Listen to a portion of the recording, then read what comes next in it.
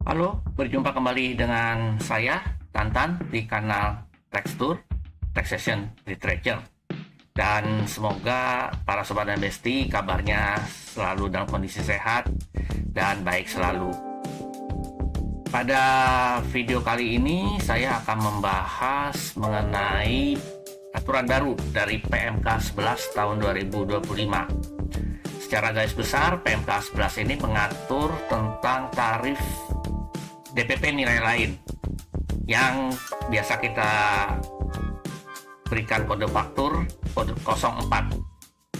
Nah, karena jumlahnya atau pengaturan di PMK tersebut cukup banyak mengenai DPP nilai lain, saya akan mencoba membahasnya secara bertahap. Jadi supaya para sobat dan besti bisa paham secara pelan-pelan. Dan apabila ada yang tidak mengerti atau kurang paham, silahkan saja tuliskan di kolom komentar, di kolom YouTube ini. Nanti saya akan mencoba untuk meresponnya dengan segera. Untuk pemakaian sendiri, BKP dan atau JKP yaitu sebesar 11/12 dari harga jual atau penggantian setelah dikurangi laba kotor, di mana aturan nama adalah harga jual atau penggantian setelah dikurangi laba kotor, jadi tidak dikali 11/12. Sedangkan untuk pemberian cuma-cuma BKP dan atau JKP yaitu sebesar 11/12 dari harga jual atau penggantian setelah dikurangi laba kotor. Di aturan nama adalah harga jual atau penggantian setelah dikurangi laba kotor saja. Sedangkan untuk penyerahan film cerita sebesar 11/12 dari perkiraan hasil rata-rata per judul film. Aturan nama adalah perkiraan hasil rata-rata per judul film saja. Untuk BKP berupa persediaan dan atau aktiva yang menurut tujuan semula tidak untuk diperjualbelikan yang masih tersisa saat pembubaran perusahaan sebesar 11/12 dari harga pasar wajar. Sedangkan di aturan nama hanya ditentukan sebesar harga pasar wajar saja. Untuk penyerahan BKP melalui pedagang perantara adalah sebesar 11/12 dari harga yang disepakati antara pedagang perantara dengan pembeli. Aturan nama adalah sebesar harga yang disepakati antara pedagang perantara dengan pembeli. Sedangkan untuk penyerahan BKP melalui juru lelang adalah sebesar 11/12 dari harga lelang. Untuk pemberian cuma-cuma, BKP berupa aktiva yang menurut tujuan semula tidak untuk diperjualbelikan, yaitu 11/12 dari harga pasar wajar. Sedangkan di aturan nama tidak diatur. Sedangkan untuk penyerahan jasa penyediaan jasa tenaga kerja yang tidak memenuhi ketentuan mengenai kriteria jasa penyediaan jasa tenaga kerja yang dibebaskan dari PPN sesuai dengan aturan perpajakan, dan tagihannya dirinci dalam faktur pajak dengan memisahkan antara tagihan atas penyerahan jasa penyediaan tenaga kerja yang diterima pengusaha jasa dan imbalan yang diterima oleh tenaga kerja, yaitu 11/12 dari seluruh tagihan yang diminta atau seharusnya diminta oleh pengusaha jasa atas penyerahan jasa penyediaan tenaga kerja kepada pengguna jasa. Tidak termasuk imbalan yang diterima tenaga kerja, yaitu gaji, upah, honorarium, tunjangan, dan sejenisnya. Sedangkan di aturan sebelumnya, hal tersebut tidak diatur.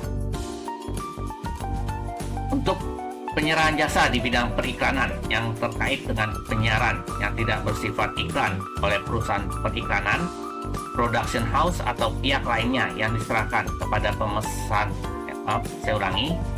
yang diserahkan kepada pemasang pesan, yaitu pemerintah, badan usaha, dan tagihannya dirinci antara tagihan atas penyerahan jasa di bidang periklanan dan tagihan atas jasa penyiaran yang tidak bersifat iklan, yaitu 11/12 dari seluruh tagihan yang diminta atau seharusnya diminta atas penyerahan jasa di bidang periklanan, tidak termasuk tagihan atas jasa penyiaran yang tidak bersifat iklan.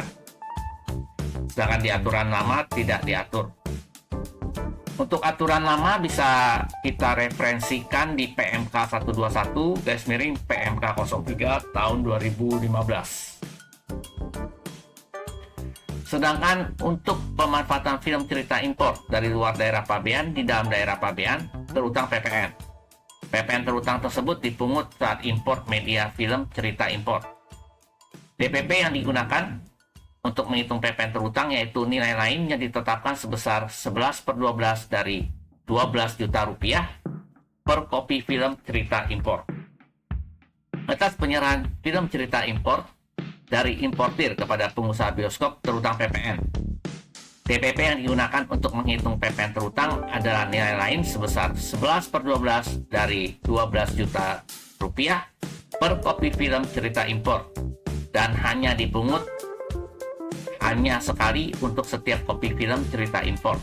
Yang pemungutan dilakukan pada saat pertama kali kopi film cerita impor tersebut diserahkan kepada pengusaha bioskop. Yang perlu saya tambahkan juga di aturan PMK baru ini adalah untuk penyerahan BKP atau JKP yang menggunakan DPP nilai lain yang dilakukan sebelum berlakunya PMK 11 tahun 2025, maka PPN penyerahan tersebut dipungut berdasarkan PMK 11 2025 sepanjang bukan merupakan barang mewah. Jadi kesimpulannya PMK 11 tahun 2025 ini bersifat retroaktif dan mulai berlaku tanggal 4 Februari tahun 2025.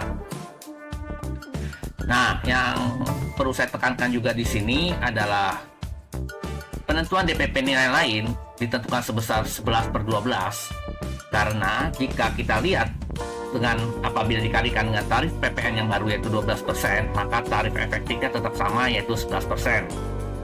Hal ini untuk mengakomodir bahwa untuk barang selain barang mewah, PPN-nya itu tetap 11%.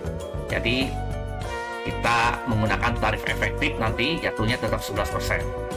Demikianlah penjelasan saya mengenai DPP nilai lain. Nanti untuk topik DPP nilai lain yang lainnya nanti akan coba saya bahas di video saya selanjutnya. Dan seperti biasa, para sobat dan besti bisa like, share, dan subscribe video ini apabila sobat dan besti merasa bahwa video ini bermanfaat bagi sobat dan besti semua. Sampai jumpa di video saya selanjutnya dan selalu jaga kesehatan. Bye.